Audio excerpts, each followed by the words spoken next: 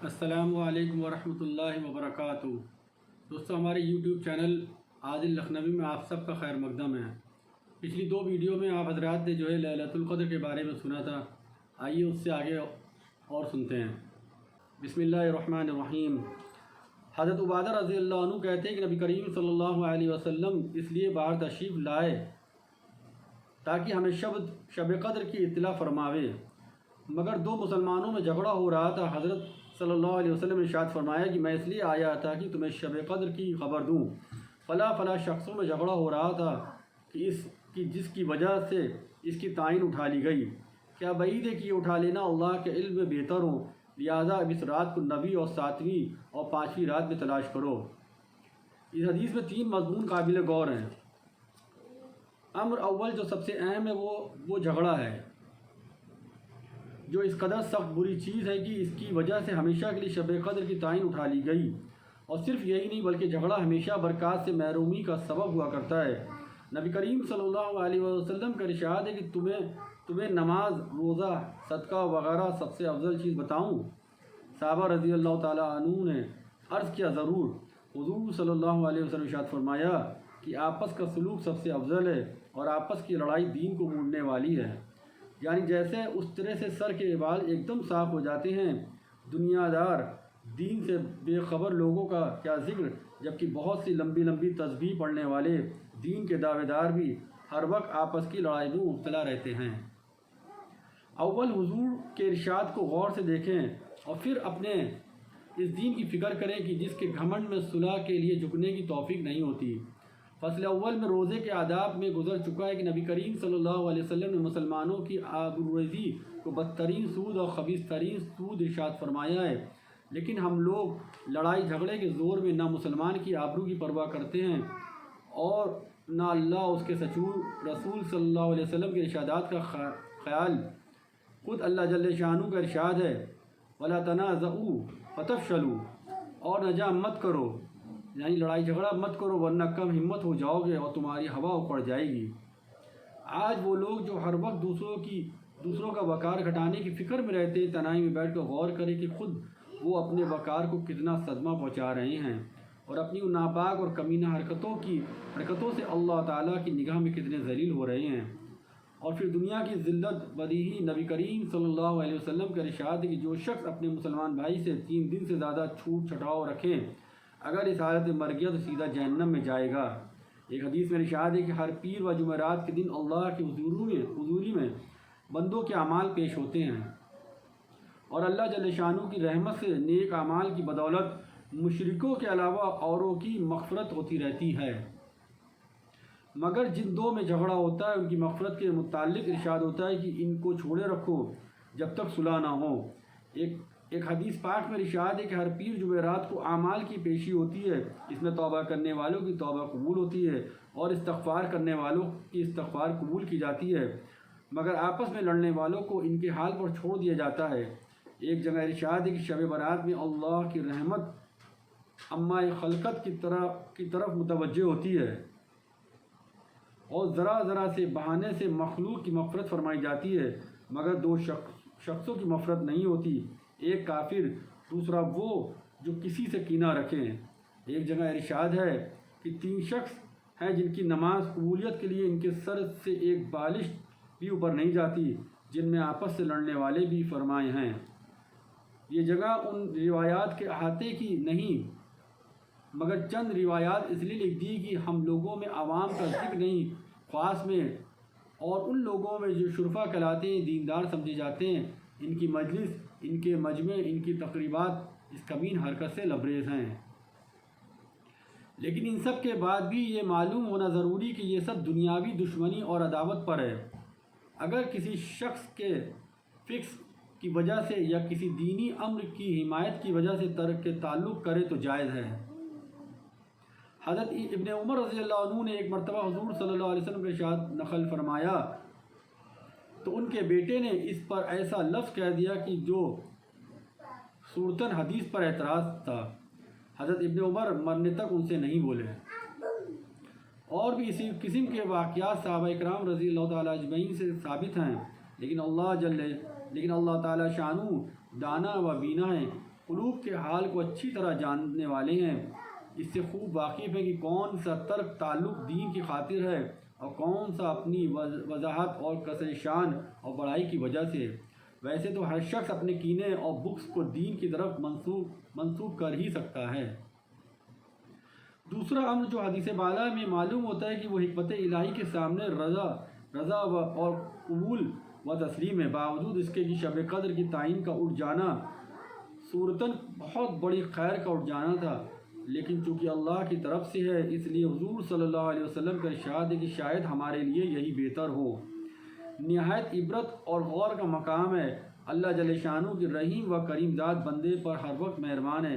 اگر بندہ اپنی بدعمالی سے کسی مصیبت میں مبتلا ہو جاتا ہے تب بھی اللہ جل شانہ کی طرف سے تھوڑی سی توجہ اور اقرار اس کے بعد اللہ کا کرم شامل حال ہو جاتا ہے اور وہ مصیبت بھی کسی بڑی خیر کا سبب بن جاتی ہے، اور اللہ کے لیے کوئی چیز مشکل نہیں۔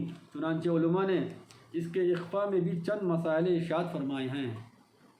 اول یہ کہ اگر تعین باقی رہتی تو بہت سی کوتا تابع ایسی ہوتی کہ اور راتوں کا اہتمام بالکل ترک کر دیتی، اور اس صورت موجودہ میں اس احتمال پر کہ آج ہی شاید شب قدر ہو، متعدد راتوں میں عبادت کی توفیق طلب والوں کو نصیب ہو جاتی ہے۔ دوسری یہ کہ بہت سے لوگ ہیں کہ معاصی کے بغیر ان سے رہا ہی نہیں جاتا۔ تعین کی صورت میں اگر باوجود معلوم ہونے کی کہ اس رات میں معصیت کی جرات کی جاتی تو سخت اندیشہ ناک تھا۔ نبی کریم صلی اللہ علیہ وسلم ایک مرتبہ مسجد میں تشریف لائے کہ ایک صحابی رضی اللہ تعالیٰ عنہ سو رہے تھے۔ آپ صلی اللہ علیہ وسلم نے حضرت علی کرم اللہ وجہ سے ارشاد فرمایا کہ ان کو جگا دو تاکہ وضو کر لیں۔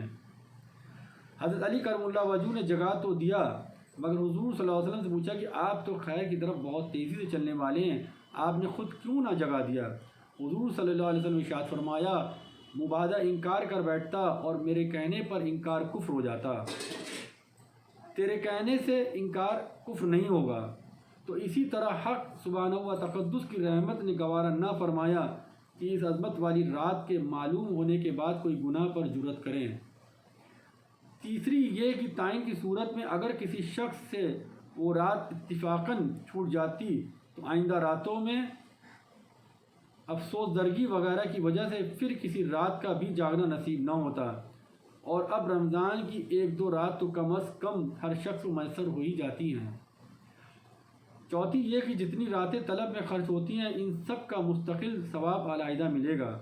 پانچویں یہ کہ رمضان کی عبادت میں اللہ تعالیٰ جل شانہ ملائکہ پر تفاخر فرماتے ہیں کہ جیسا کہ پہلی روایات میں معلوم ہو چکا ہے، اس صورت میں تفاخر کا زیادہ موقع ہے کہ بندے باوجود معلوم نہ ہونے کے محض احتمال اور خیال پر رات بھر جاگتے ہیں اور عبادت میں مشغول رہتے ہیں کہ جب احتمال پر اس قدر کوشش کر رہے ہیں اگر بتلا دیا جاتا کہ یہی رات شب قدر ہے تو پھر ان کی کوششوں کا کیا حال ہوتا۔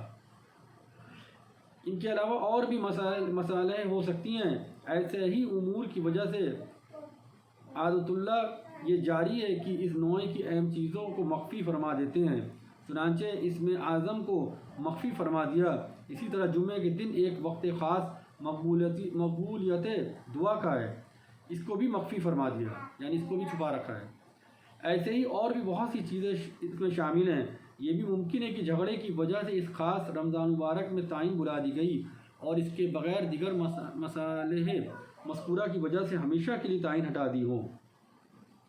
تیسری بات جو اس حدیث پاک میں وارد ہے وہ شب قدر کی تلاش کے لیے تین راتیں ارشاد فرمائی ہیں، نویں، ساتویں، پانچویں۔ دوسری روایات کے ملانے سے اتنا تو محقق ہے کہ یہ تینوں راتیں آخر عشرے کی ہیں، لیکن اس کے بعد پھر چند احتمال ہے کہ آخر عشرے میں اگر اول میں شمار کیا جاوے تو حدیث کا محمل 29، 27، 25 رات ہوتی ہے، اور اگر آخر میں سے شمار کیا جاوے جیسا کہ بعض الفاظ سے متشرح ہے تو پھر 29 کے چاند کی صورت میں 21، 23، 25 اور 30 کی چاند کی صورت میں 22، 24، 26 ہے۔ اس آیت کے علاوہ بھی تعین میں روایات بہت مختلف ہیں اور اسی وجہ سے علماء کے درمیان میں اس کے بارے میں بہت کچھ اختلافات ہیں۔ جیسا کہ پہلے ذکر ہوا کہ 50 کے قریب علماء کے اقوال ہیں۔ روایات کے باکثرت اختلاف کی وجہ سے محققین کے نزدیک یہ ہے کہ یہ رات کسی تاریخ کی کے ساتھ مخصوص نہیں بلکہ مختلف سالوں میں مختلف راتوں میں ہوتی ہے، جس کی وجہ سے روایات مختلف ہیں کہ ہر سال نبی کریم صلی اللہ علیہ وسلم نے اس سال کے متعلق مختلف راتوں میں تلاش کا حکم فرمایا اور بعض سالوں میں متعین طور سے بھی ارشاد فرمایا۔ چنانچہ ابو ہریرہ رضی اللہ تعالیٰ عنہ کی ایک روایت میں ہے کہ حضور صلی اللہ علیہ وسلم کی مجلس میں ایک مرتبہ شب قدر کا ذکر آیا تو آپ نے فرمایا کہ آج کون سی تاریخ ہے؟ عرض کیا گیا کہ 22 ہے۔ حضور صلی اللہ علیہ وسلم نے فرمایا کہ آج ہی کی رات میں تلاش کرو۔ ابو ذر رضی اللہ تعالیٰ عنہ کہتے ہیں کہ میں نے حضور صلی اللہ علیہ وسلم سے عرض کیا کہ شب قدر نبی کے زمانے کے ساتھ خاص رہتی ہے یا بعد میں بھی ہوتی ہے؟ حضور صلی اللہ علیہ وسلم نے فرمایا کہ قیامت تک رہے گی۔ میں نے عرض کیا کہ رمضان کے کس حصے میں ہوتی ہے؟ آپ نے فرمایا کہ عشر اول اور عشر آخر میں تلاش کرو۔